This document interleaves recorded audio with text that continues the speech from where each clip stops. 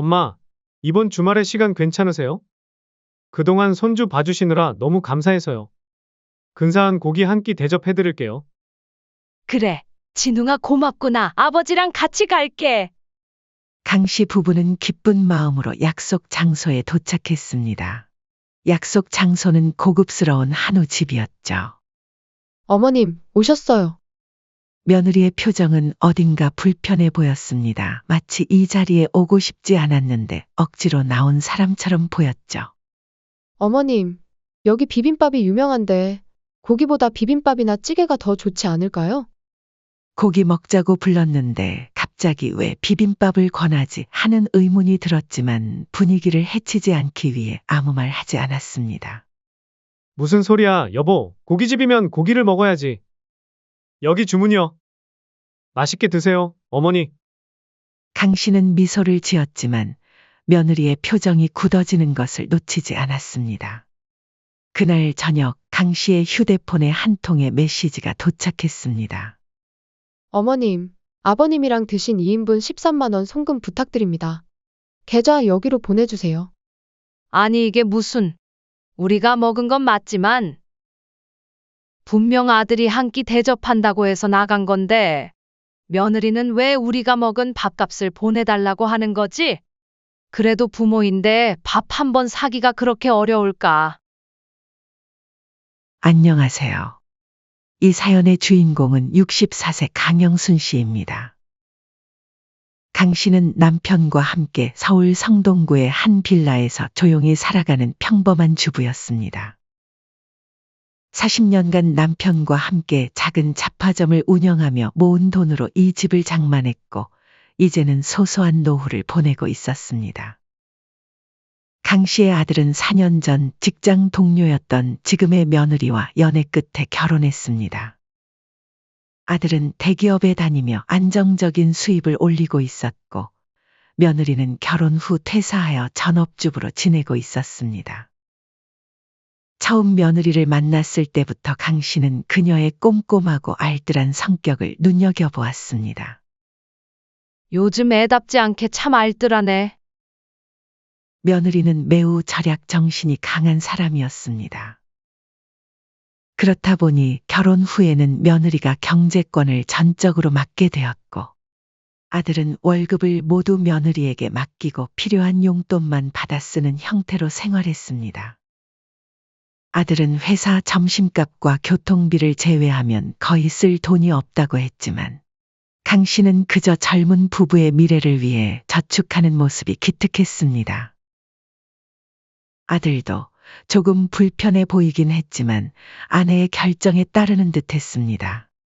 강 씨와 남편은 결혼 초기부터 아들 부부에게 여러 도움을 주었습니다. 매달 용돈도 챙겨주고 비싼 가전제품도 사주는 등 특히 강 씨는 아들보다 며느리를 더 챙겨주었습니다. 가족이 되었으니까 이 정도 지원은 해줄 수 있다고 생각했죠. 하지만 며느리는 시댁에 대한 지출도 매우 아꼈습니다. 명절이나 생신 때도 특별히 챙기는 일이 없었고 어버이날에도 형식적인 문자 메시지만 보내는 정도였고 그마저도 이제는 잘하지 않았습니다. 강 씨도 처음에는 선물 없이 연락만 하는 게 무한할 수도 있지라고 생각했습니다. 강 씨는 그런 상황에 서운함을 느꼈지만 요즘 사는 게 많이 어려운가 보다. 우리 때보다 어려운 시대니까. 하고 이해하려 했습니다. 사실 강 씨는 남편에게도 이 이야기를 꺼내보았지만 남편은 자식 일에 너무 간섭하지 말자라며 크게 신경 쓰지 않았습니다. 그러던 어느 날 아들로부터 직접 전화가 걸려왔습니다. 엄마, 이번 주말에 시간 괜찮으세요? 요즘 손주 봐주시느라 너무 감사해서요. 근사한 고기 한 끼 대접해드릴게요. 강 씨는 최근에 며느리가 취미 생활이나 친구를 만난다며 바쁘다고 할 때마다 아들 집에 가서 손주를 봐주는 일이 많아졌습니다. 손주를 보는 것이 즐거웠기에 강 씨는 크게 불평하지 않았지만 그래도 오랜만에 아들이 이렇게 식사 자리를 마련해 준 것에 강 씨는 마음이 따뜻해졌습니다. 그래, 진웅아 고맙구나. 아버지랑 같이 갈게. 강씨 부부는 기쁜 마음으로 약속 장소에 도착했습니다. 고급스러운 한우 집이었죠. 아들과 며느리가 이미 자리에 앉아 있었고 손주는 친정에 맡겼다고 했습니다. 어머님, 오셨어요. 오늘은 남편이 꼭 모시고 싶다고 해서요. 며느리의 인사는 형식적이었고 표정은 어딘가 불편해 보였습니다. 마치 이 자리에 오고 싶지 않았는데 억지로 나온 사람처럼 보였습니다. 아들이 고기를 주문하자 며느리가 끼어들었습니다. 어머님, 여기 비빔밥이 유명한데. 고기보다 비빔밥이나 찌개가 더 좋지 않을까요? 강 씨는 속으로 아들은 고기 먹자고 불렀는데 왜 비빔밥을 권하지 하는 의문이 들었지만 분위기를 해치지 않기 위해 아무 말 하지 않았습니다. 이에 아들은 깜짝 놀라며 말했습니다. 무슨 소리야, 여보. 고깃집이면 고기를 먹어야지. 여기 주문이요. 아들이 고기 한 점을 강 씨의 앞접시에 놓아주었습니다. 맛있게 드세요, 어머니. 이건 특별히 좋은 부위예요. 강 씨는 미소를 지었지만 며느리의 표정이 굳어지는 것을 놓치지 않았습니다. 식사 내내 강 씨는 자신도 모르게 며느리의 표정을 살피며 음식을 조금씩만 먹었습니다. 많이는 못 먹겠네. 나이 들면 입맛이 없어져서. 강 씨는 그렇게 말하며 식사를 일찍 마쳤습니다. 강 씨가 원래는 좋아하는 고기였지만 왠지 모를 불편함에 평소처럼 즐기지 못했습니다. 식사가 끝나갈 무렵 며느리가 먼저 카드로 결제했고 강 씨와 남편은 아들과 며느리에게 덕분에 잘 먹었다라고 말하고 집으로 향했습니다. 택시를 타고 집에 돌아온 강 씨 부부는 오랜만에 아들을 만난 것이 즐거웠다며 이야기를 나눴습니다. 하지만 그날 저녁 강 씨의 휴대폰에 한 통의 메시지가 도착했습니다. 어머님, 두 분 드신 2인분 13만 원 송금 부탁드립니다. 여기로 보내주세요. 강 씨는 메시지를 보고 한동안 말을 잇지 못했습니다. 아들이 고기 한 끼 대접하겠다고 해서 나간 자리였는데 갑자기 밥값을 요구받는 상황이 당황스러웠습니다. 여보, 이게 무슨... 남편에게 며느리한테서 온 메시지를 보여주자 남편은 짜증스러운 표정을 지으며 말했습니다. 그냥 줘버려. 우리가 먹긴 했으니까. 강 씨는 마음이 불편했지만 남편 말대로 곧바로 13만 원을 송금했습니다. 남편이 그랬던 것처럼 크게 생각하지 않으려 했지만 마음 한구석이 찝찝했습니다. 우리가 먹긴 했으니 억울한 건 아닌데. 사준다고 하고 나중에 돈을 달라고 하니 괜히 더 서운하네. 그래도 부모인데 밥 한 번 사기가 어려웠을까. 아들이 오랜만에 전화해서 식사 대접하겠다고 했을 때 그 기쁨이 순식간에 서운함으로 바뀌었습니다. 하지만 아무리 생각해도 아들이 대접하겠다고 했는데 다음 날 비용을 청구하는 상황이 이해되지 않았습니다. 더구나 며느리의 메시지에는 어떤 설명도 없이 금액과 계좌만 왔었죠. 괜히 아들에게 말했다가 사이가 어색해질지도 모른다는 생각에 강 씨는 그냥 조용히 넘어가기로 했습니다. 다만 강 씨 부부는 그 일 이후로 아들네와 거리를 두기 시작했습니다. 사실 그동안 여러 상황에서 서운한 감정이 있었는데 이번 고깃집 사건을 통해 아들네와의 관계가 불편해져 먼저 연락하거나 지원해주는 것을 줄이기로 마음먹은 것이었죠. 고기값 청구 사건 이후 강 씨는 아들네와의 접촉을 의식적으로 줄였습니다. 전화도 예전보다 덜 걸었고 손주를 보러 가는 횟수도 줄였습니다. 그런 변화를 아들은 눈치챘는지 가끔 전화로 요즘 바쁘세요? 라고 물어보았지만 강 씨는 그냥 좀 피곤해서 그래라며 말을 돌렸습니다. 그렇게 한 달이 지나고 그러던 어느 날 오후 현관 초인종이 울렸습니다. 택배기사가 떠나고 강 씨는 현관에 놓인 박스 2개를 들여다보았습니다. 강 씨는 잠시 의아했지만 박스에 붙은 배송장을 확인해 보니 분명 며느리 이름으로 되어 있었고 주소는 자신의 집이었습니다. 이게 뭐지? 강 씨의 마음속에 작은 기대감이 생겼습니다. 조심스럽게 박스를 열어보니 한 상자에는 고급 한약이, 다른 상자에는 작은 안마기계가 들어 있었습니다. 강 씨는 깜짝 놀랐습니다. 둘 다 꽤 값비싼 물건이었죠. 이걸 나한테 보냈다고? 저번에 내가 요즘 허리가 안 좋다고 했었는데. 강 씨는 순간 감동으로 눈시울이 붉어졌습니다. 그동안 며느리에 대해 서운한 마음을 가졌던 것이 미안해졌습니다. 내가 그동안 며느리를 오해했나? 내가 속이 좁았던 걸지도 몰라. 며느리에게 처음 받아보는 선물에 감동한 강 씨는 바로 며느리에게 전화를 걸었습니다. 통화 연결음이 몇 번 울리고 나서야 며느리가 받았습니다. 네, 어머님. 며느리의 목소리는 다소 딱딱했습니다. 주영아, 방금 택배 받았어. 한약이랑 안마기계 정말 고맙다. 어쩜 내가 요즘 허리가 안 좋다고 했던 걸 기억했니? 그러자 잠시 침묵이 흘렀습니다. 그리고 며느리의 목소리가 당황한 듯 들려왔습니다. 아, 어머님, 그거 제가 잘못 보낸 거예요. 제가 다시 택배기사한테 연락해서 회수하라고 할 테니까 건들지 마시고 문 밖에 놔두세요. 자신의 것이 아니라는 며느리의 말에 강 씨는 순간 말문이 막혔습니다. 그리고 혼자서 설레발을 친 것 같아 부끄러워졌죠. 잠시 후 겨우 입을 열었습니다. 잘못 보냈다고? 네, 주소를 실수로 잘못 입력했어요. 강 씨는 조용히 묻습니다. 그래, 주영아, 알겠다. 근데 그거 누구 주려던 거였니? 딱 보니까 우리 나이대가 쓸만한 선물이던데.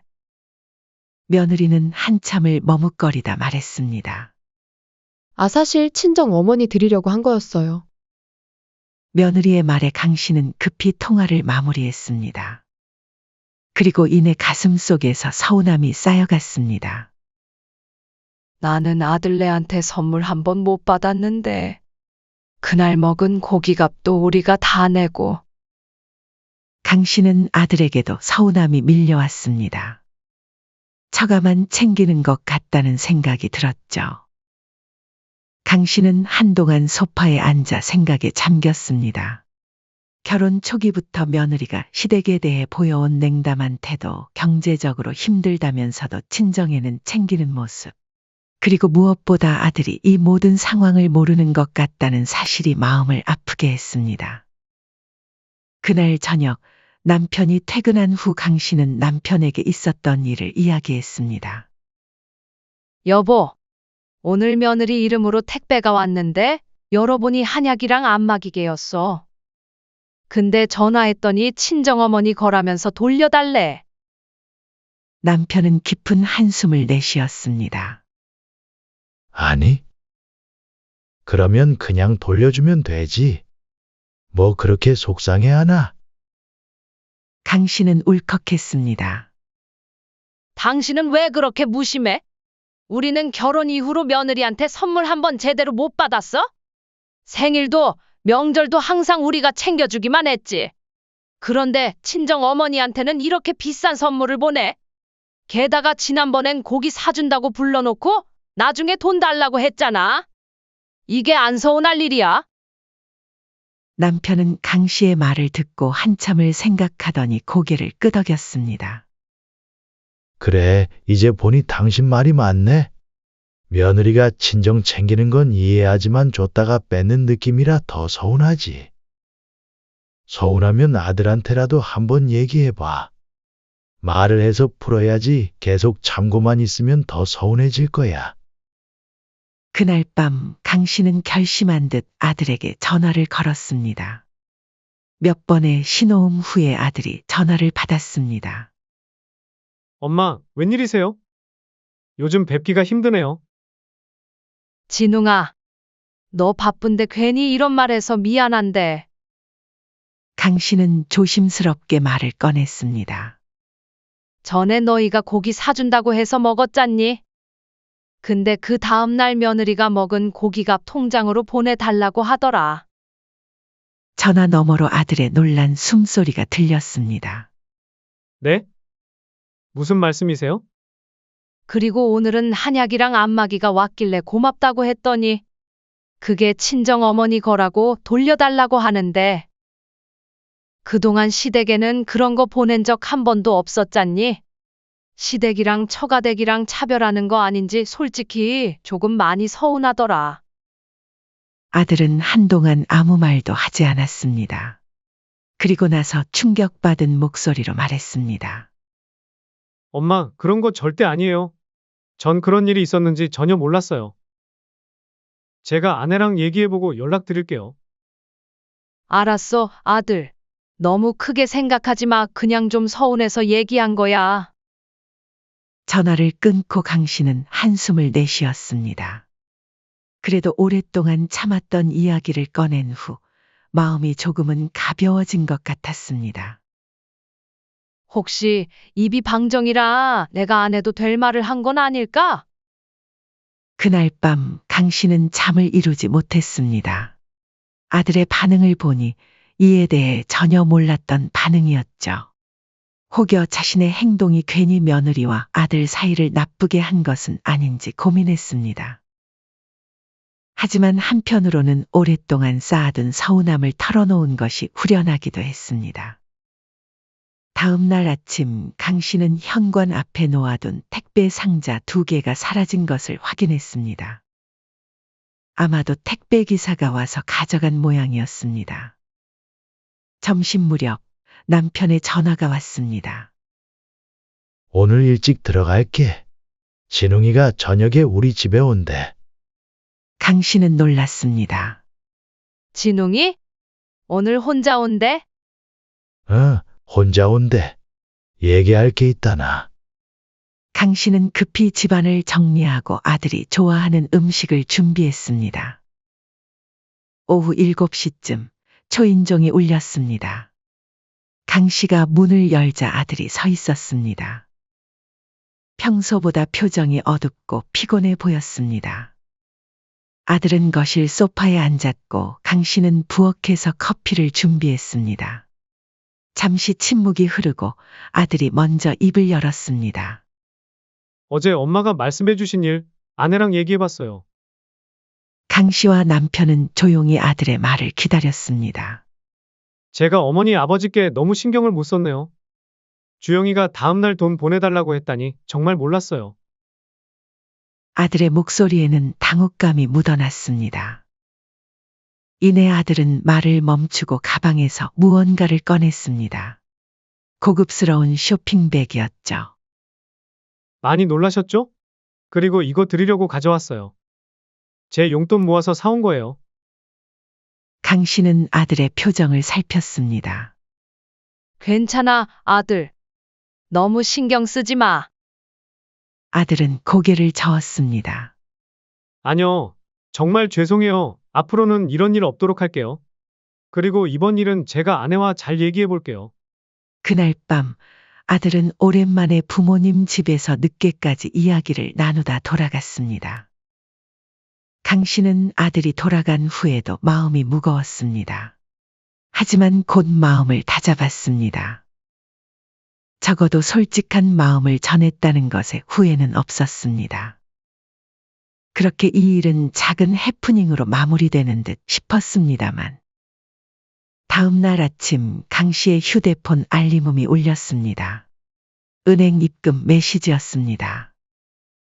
아들이 보낸 13만 원이 계좌에 들어와 있었습니다. 잠시 후 아들의 문자가 도착했습니다. 엄마, 정말 죄송해요. 주영이도 잘못한 거 인정했어요. 다시는 이런 일 없게 할게요. 강 씨는 안도의 한숨을 내쉬었습니다. 적어도 아들이 상황을 이해했고 며느리도 잘못을 인정했다니 다행이라고 생각했습니다. 강 씨도 그렇게 마음을 다잡으려 했습니다. 하지만 마음 한구석에서는 여전히 찝찝함이 남아 있었습니다. 그로부터 며칠이 지난 어느 날 오후 강 씨는 TV를 보며 휴식을 취하고 있었습니다. 갑자기 휴대폰이 울렸습니다. 발신자를 확인하니 며느리였죠. 강 씨는 일순간 긴장했지만 평온한 목소리로 전화를 받았습니다. 그래, 주영아. 전화 너머로 들려오는 며느리의 목소리는 차갑고 날카로웠습니다. 어머님, 저 하나만 여쭤볼게요. 강 씨는 순간 긴장하며 조심스럽게 대답했습니다. 응, 그래. 뭔데 그러니? 그런 사소한 일을 남편한테 굳이 얘기하셨어야 했어요? 예상치 못한 며느리의 따지는 듯한 말투에 강 씨는 몹시 당황했습니다. 혹시 그때 내가 아들한테 말한 것 때문에 그러니? 며느리는 강 씨의 말을 끊고 계속 말했습니다. 그런 건 그냥 속으로만 넘기시면 안 됐나요? 굳이 남편한테 말해서 집안 분위기 망치셨어야 했냐고요. 아니, 그냥 조금 서운해서 풀어보려고 전화한 거야.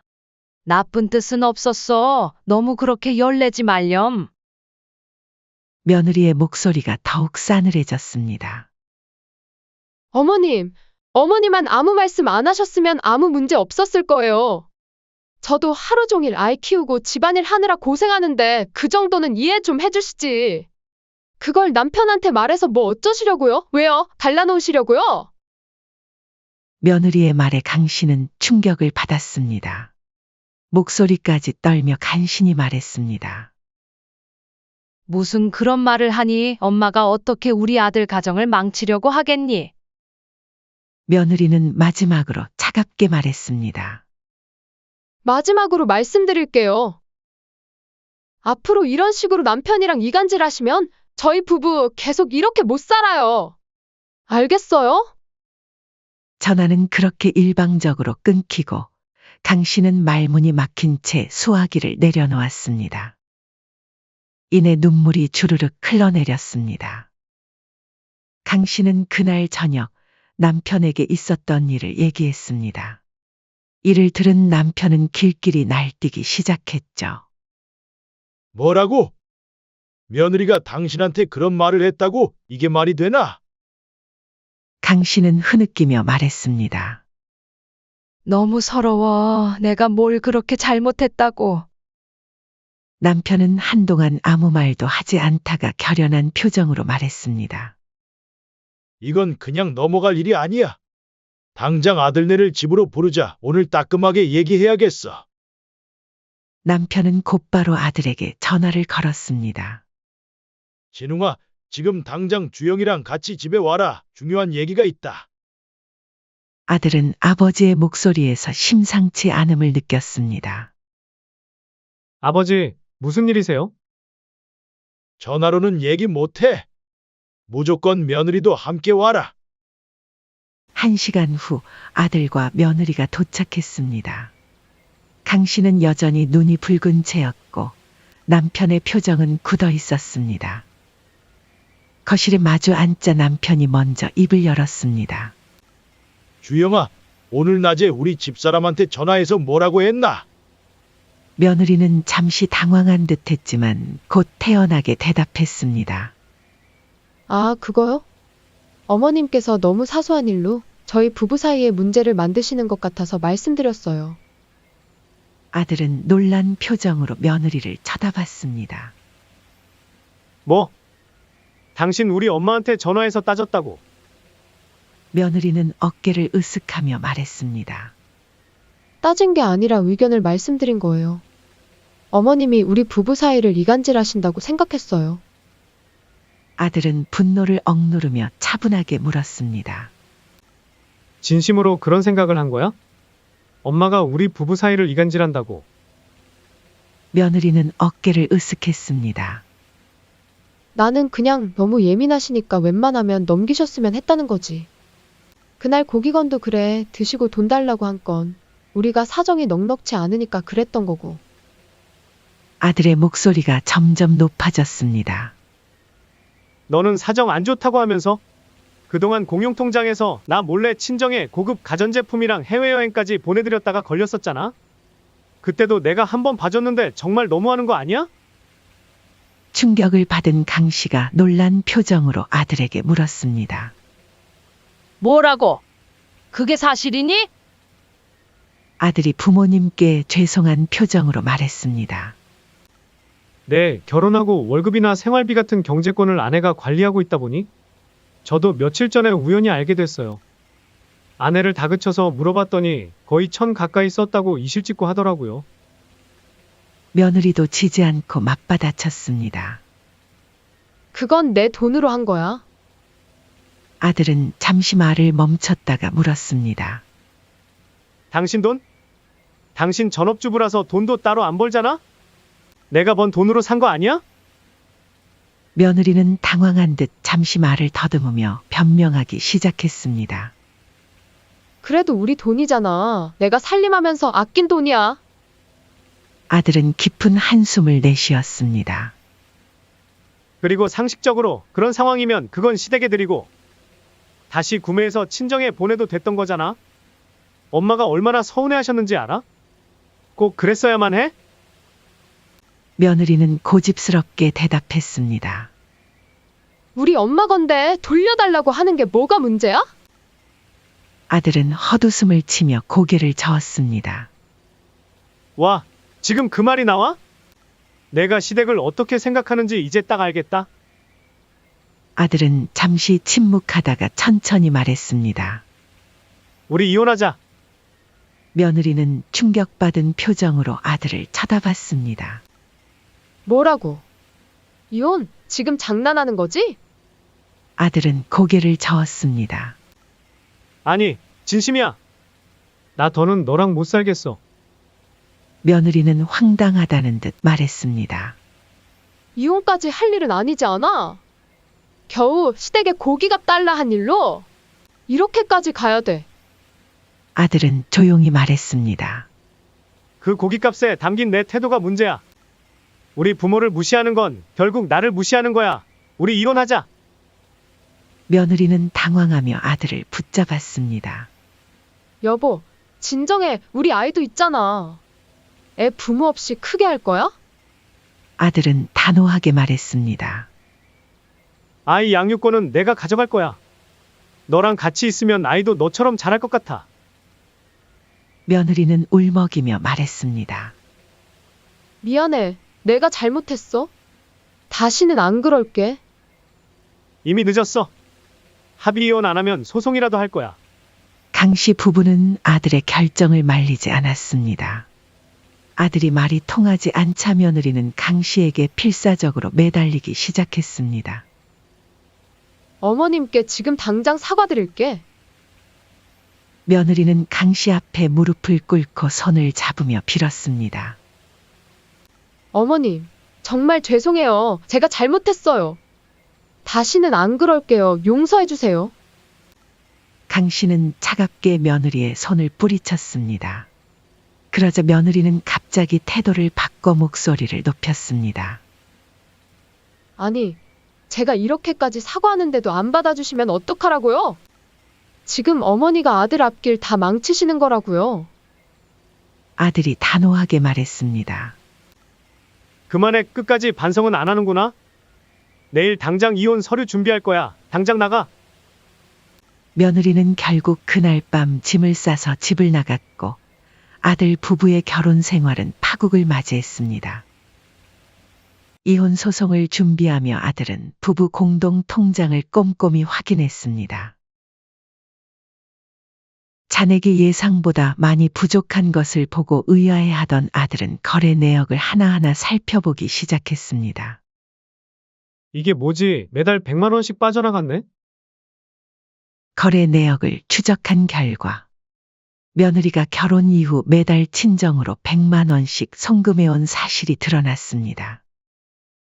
명절이나 친정 부모님 생신에는 추가로 더 많은 금액이 나간 것도 확인됐습니다. 아들은 분노를 억누르지 못했습니다. 변호사 사무실에서 재산 분할 협의를 위해 만난 자리에서 아들은 며느리에게 서류를 내밀었습니다. 우리 부모님에겐 용돈 한 번 없었으면서 친정엔 매달 그렇게 보내고 있었던 거야? 며느리는 기가 죽은 목소리로 고개를 숙이며 말했습니다. 미안해, 용서해줘. 시댁 부모님도 챙겨야 하는데 내가 너무 이기적이었어. 아들은 차분히 말했습니다.